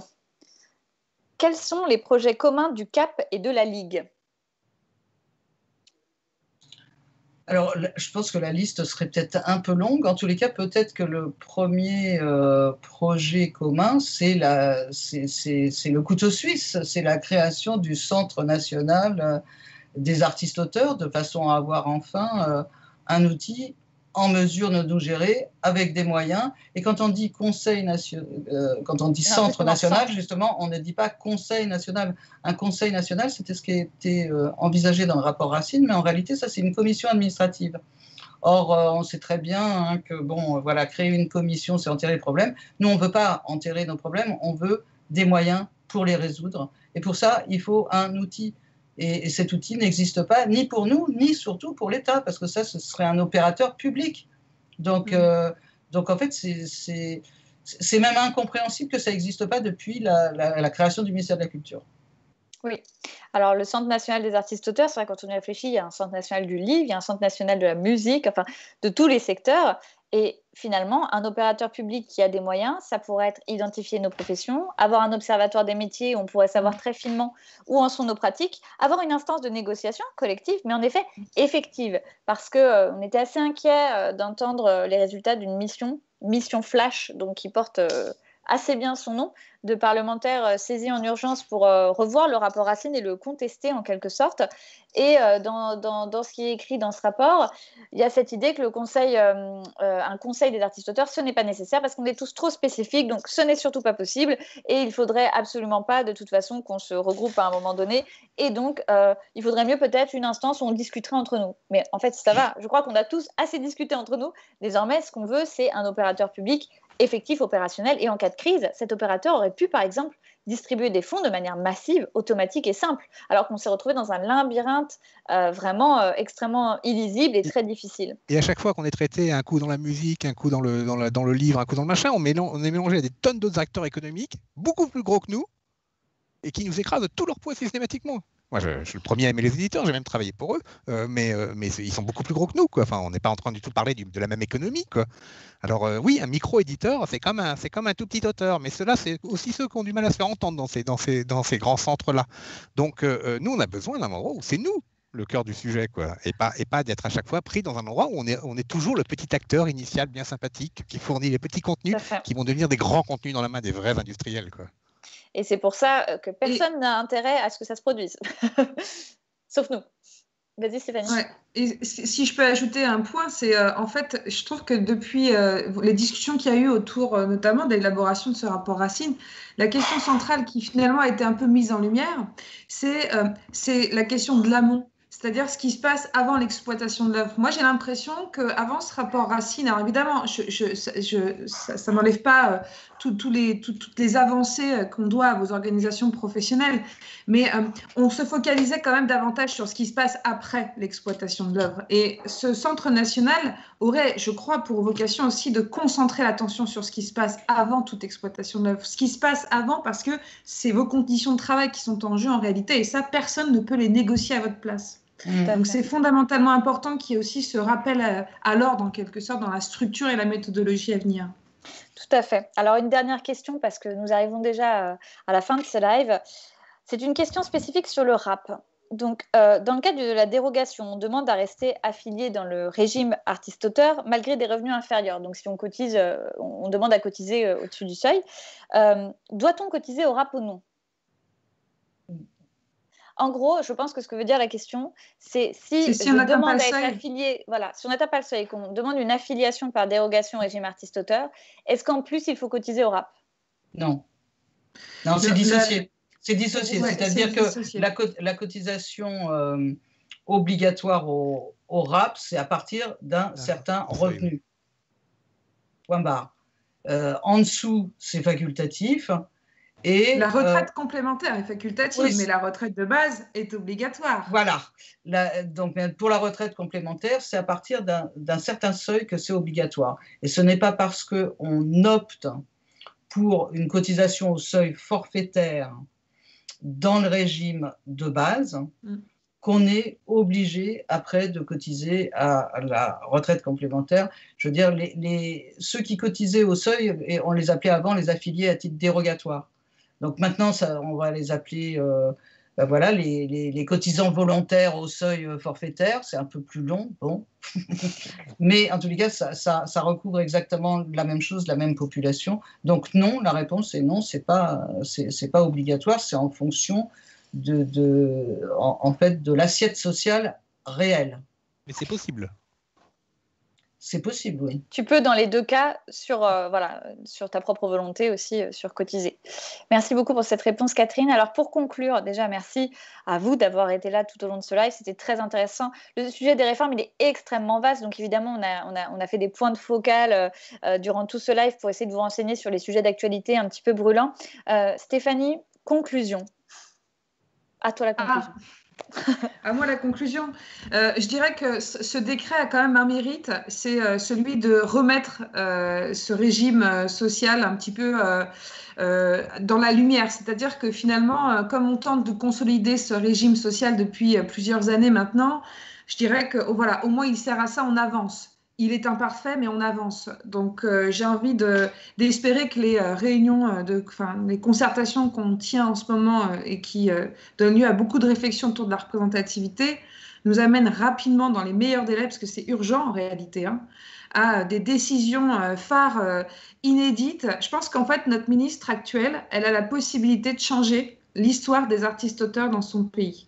Et si elle ne saisit pas cette chance-là, c'est hyper dommage parce qu'en fait, elle a juste la possibilité de laisser son nom dans l'histoire des artistes-auteurs aujourd'hui. Et c'est fondamental qu'elle ait saisi cette opportunité extraordinaire, quoi. Ce qui est sûr, c'est que la personnalité politique qui, à un moment donné, va se dire on règle ce problème une bonne fois pour toutes, oui, non seulement ce sera historique, mais je veux dire, d'un point de vue sociétal, enfin, j'en sais rien. Chacun fait de la politique pour ses raisons, mais enfin, solutionner les problèmes profonds de mal-être sociaux d'une telle population qu'on aime en plus. Qui n'aime pas les artistes-auteurs ? Je veux dire, on a vu pendant le confinement tout ce qui s'est passé. On a besoin de création. On a besoin de vivre avec nos créateurs et créatrices.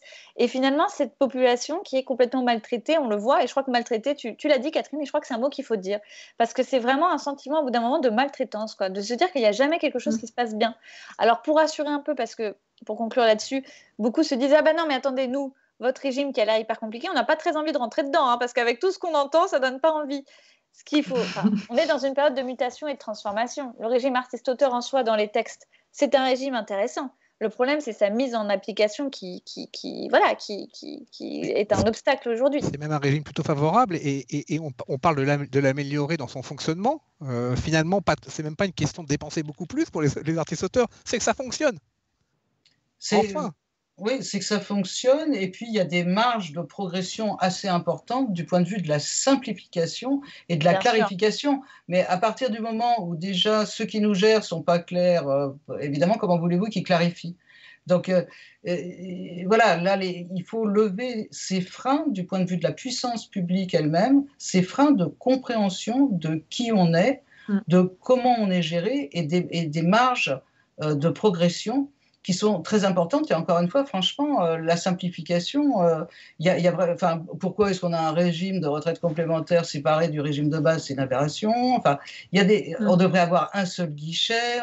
Du point de vue de la réforme, en fait, c'est du coup tout à fait récent qu'un jeune artiste-auteur qui déclare son activité à l'URSSAF, eh bien, le centre, le CFE, c'est celui qui est supposé justement simplifier les démarches, comment seulement, ça fonctionne pour tous les autres travailleurs indépendants, mais là, nous, ça va faire 1 an seulement, peut-être même à peine, où enfin, effectivement, le fait de s'inscrire là fait qu'ils préviennent le régime social. Avant, il fallait qu'on aille partout, dire coucou, j'existe ici, coucou, j'existe là, coucou.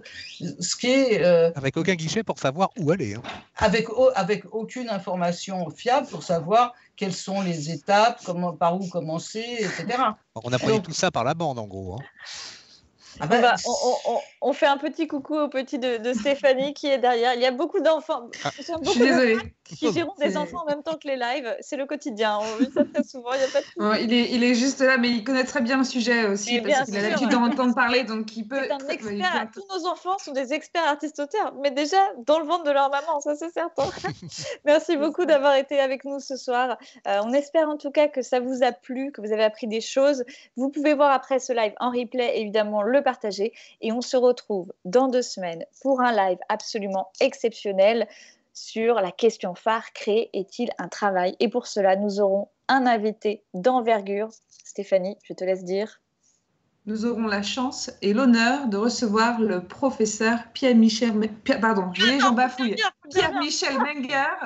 du Collège de France. Voilà. L'autorité absolue sur le sujet. Voilà, nous aurons un live exceptionnel. Soyez au rendez-vous du coup dans 2 semaines parce que nous allons avoir un live beaucoup plus long. Nous allons rentrer dans le vif du sujet parce que nous avons compris durant ces 3 dernières vidéos live que le problème, c'est bien que nous ne sommes pas reconnus comme des individus qui exercent un métier. Donc, je vous dis à dans 2 semaines et merci à tous d'avoir suivi ce live. À très bientôt. Merci. Au revoir.